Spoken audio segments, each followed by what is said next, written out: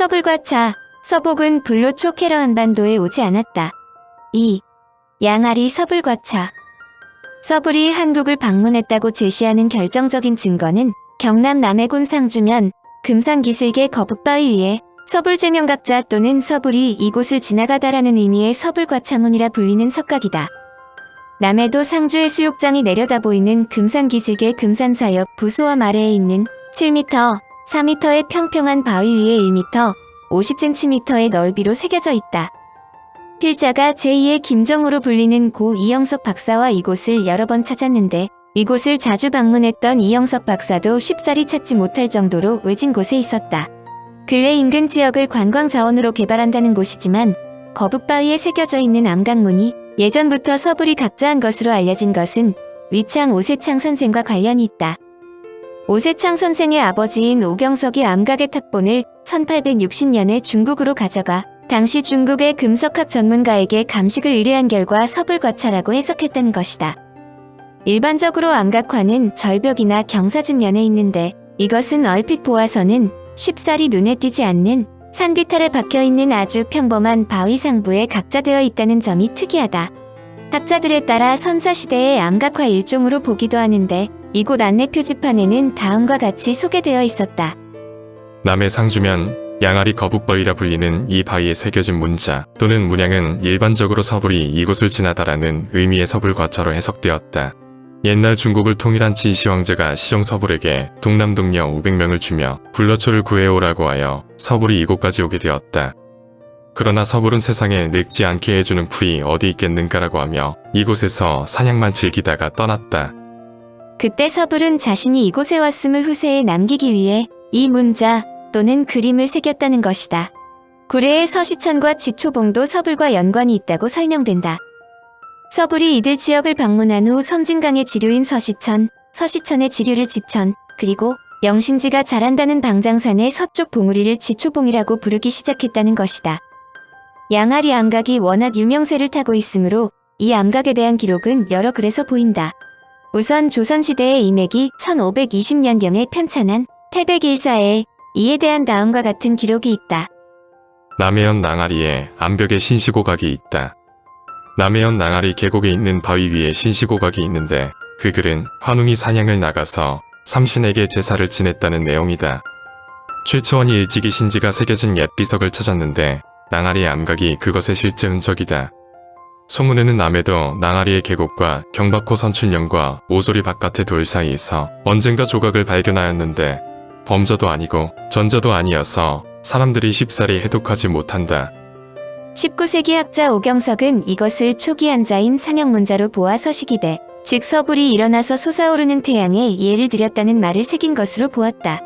땅이르마크의 이형석 박사는 두모리 일대 7에서 8개소에서 발견되는 유사한 양아리 각자나 문양을 조사한 결과 진시황의 불로초 사자 서불의 유적일 가능성이 더 높다고 발표했다.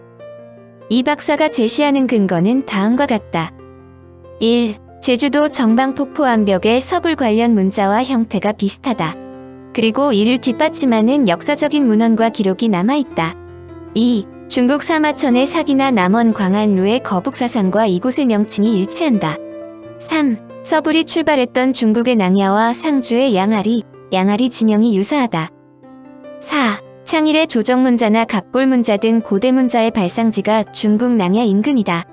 5. 남해 지역은 삼신산인 방장산 섬진강으로 진입하기 위한 필수 코스로 섬진강을 따라 입구의 양아리, 구례의 서시천, 지초천, 지초마을, 지리산 지초봉, 남원 광안루의 삼신산과 서불 관련 유적 등이 있다.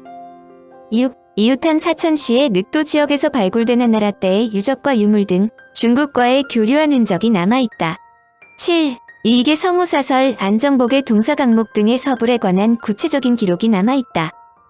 서불 한국에 왔다. 양아리 각석을 서불의 작품이라고 보면 서불이 한국을 방문한 것은 당연한 것이라 볼 수 있다. 서불은 시황 28년에 진시황제의 허가를 받아 동남동녀 수천 명을 데리고 불로초 찾기에 나섰지만 첫 출항은 실패했다.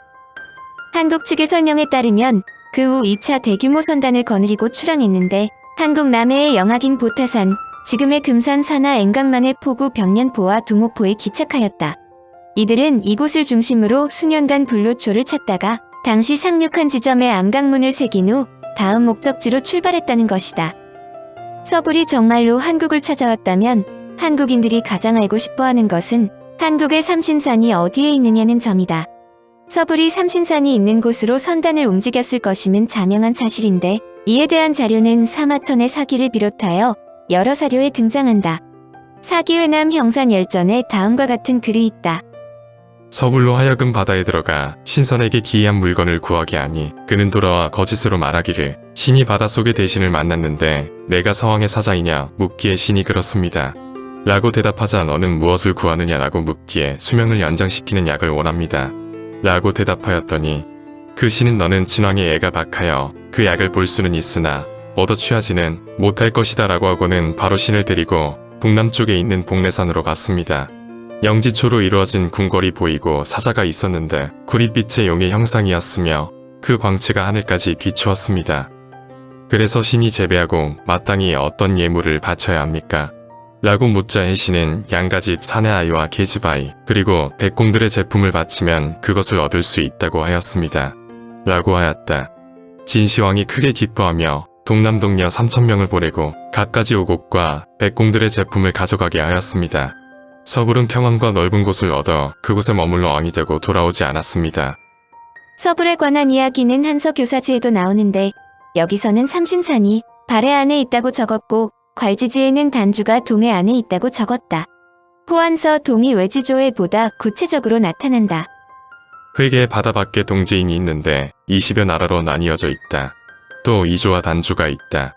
전하는 말로는 진시황이 방사서부를 파견하여 동남동녀 수천 명을 거느리고 바다를 건너 복례산의 신선초를 구하고자 하였으나 얻지 못하자 서불이 추설될 것이 두려워 감히 돌아오지 못하고 마침내 2주 머물러 대대로 이어져 전해 내려오다 수만 가구가 되었다고 한다.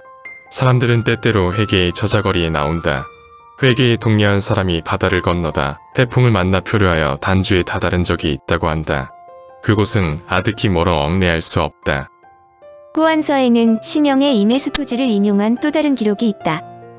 이주는 임해의 동남에 있는데 해군에서 2,000이 떨어져 있다. 그 땅에는 서리와 눈이 없으며 초목이 죽지 않는다. 사면이 산과 계곡이다. 사람들은 머리를 깎고 귀를 뚫었으나 여인들은 귀를 뚫지 않았다. 토지가 비옥하고 우곡이 이미 다 자라 있으며 또한 고기와 짐승이 많다. 개가 있는데 꼬리가 짧아 마치 노루꼬리 같다. 이 오랑캐들은 부모와 아들 내애가 커다란 침대 하나에서 같이 누워서 쉬는 등 거의 서로 간에 꺼리는 것이 없다. 땅에는 구리와 쇠가 있으나 오직 사슴의 뿔을 사용하여 창을 만들어 이것으로 전투를 하며 청석을 갈아서 화살촉을 만든다. 살아있는 물고기를 큰 항아리에 섞어 담아 소금으로 간을 한 다음 한 달 남짓 지난 다음에 그것을 그냥 먹는데 아주 좋은 음식으로 여긴다. 위의 자료를 보면 삼신산이 발해 안에 있고 동해 안에 이주와 단주가 있음을 알 수 있다. 서불이 불로초를 얻기 위해 단주와 이주를 향해 떠났음이 틀림없는데 발해와 동해는 한국인에게 너무나 친근한 단어다. 이들 발해와 동해를 한국의 지명으로 간주한다면 서불이 한국을 방문했다는 것은 너무나 자연스러운 일인데 삼신산이 한국에 있다면 더욱 신빙도가 높아짐은 물론이다. 놀랍게도 삼신산에 대해서는 한국에 많은 기록이 있다. 삼국사기에는 백제무왕 35년 3월의 왕은 궁궐의 남쪽에 연못을 파고 물을 20열이나 끌어들였으며 내 언덕에 버드나무를 심고 연못 속에 크고 작은 섬으로 방장선산을 만들었다는 기록이 있는데 이는 무왕이 삼신산을 매우 동경하였음을 알 수 있다. 고려의 이일로는 파한집에 신선국이라는 복례와 영주가 고려와 접경하고 있다고 적으면서 접경지대가 어느 곳인지는 밝히지 않고 있다. 고려 충렬왕 때의 학자 이승유가 저술한 제왕운기에는 다음과 같은 기록이 있다. 금나라에서는 고려를 조상의 나라라고 하였다. 주에서 말하기를 금인의 시에 거친 땅 신선골 사마는 부모의 나라라고 하였는데 이는 근본을 잃지 않겠다는 뜻으로 보인다. 신선꿀이란 신선이 사는 곳으로 삼신산인 복례, 영주, 방장산을 말한다. 이영석 박사는 중국에서 우리나라를 조상의 나라 혹은 군자국이라고 일컫는 것은 모두 삼신산에 근거를 두고 있다고 설명했다. 이수광은 지복유설에서 다음과 같이 적었다. 세상에서 말하는 세 개의 산은 조선에 있다. 금강산을 복례산이라 하고 지리산을 방장산, 한라산을 영주산이라 한다. 내가 말하는 삼신산설은 서불에서 나온 것인데 서불은 일본으로 들어가 죽어 신이 되었음즉 삼신산은 응당 동해의 동쪽에 있어야 하는 것이다. 노드는 방장산이 사만에 있다 하지 않고 사만의 밖이라고 하였다. 그 말은 믿을 수 있다. 1714년 이중원이 지은 택리지에 지리산을 이렇게 소개하고 있다. 지리산은 남해가에 있는데 이는 백두산의 큰 줄기가 닿은 곳이다. 그래서 일명 두류산이라고도 한다. 세상에서 금강산을 복례라 하고 지리산을 방장이라 하고 한라산을 영주라고 하는데 이른바 삼신산이다. 그렇다면 중국과는 멀리 떨어진 한반도의 세 산을 어떤 연유로 산신들이 살고 있는 삼신산으로 간주했는지 의아하지 않을 수 없다.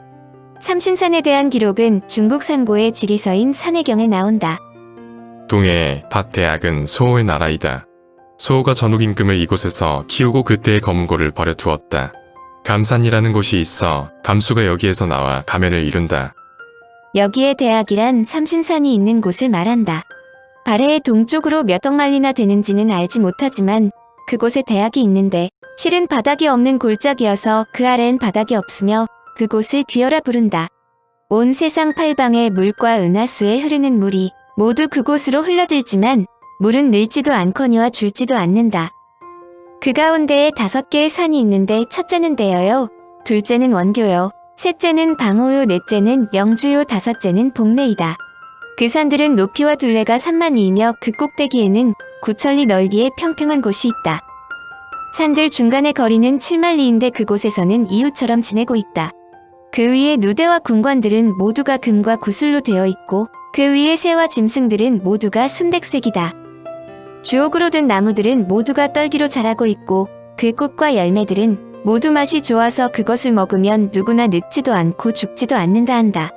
그곳에 사는 사람들은 모두가 신선과 성인의 무리이다. 하루 낮이나 하루 저녁에 날아서 서로 왔다 갔다 하는 사람들이 이루 헤아릴 수 없을 정도이다. 그런데 5산의 뿌리는 연결되어 붙은 곳이 없다.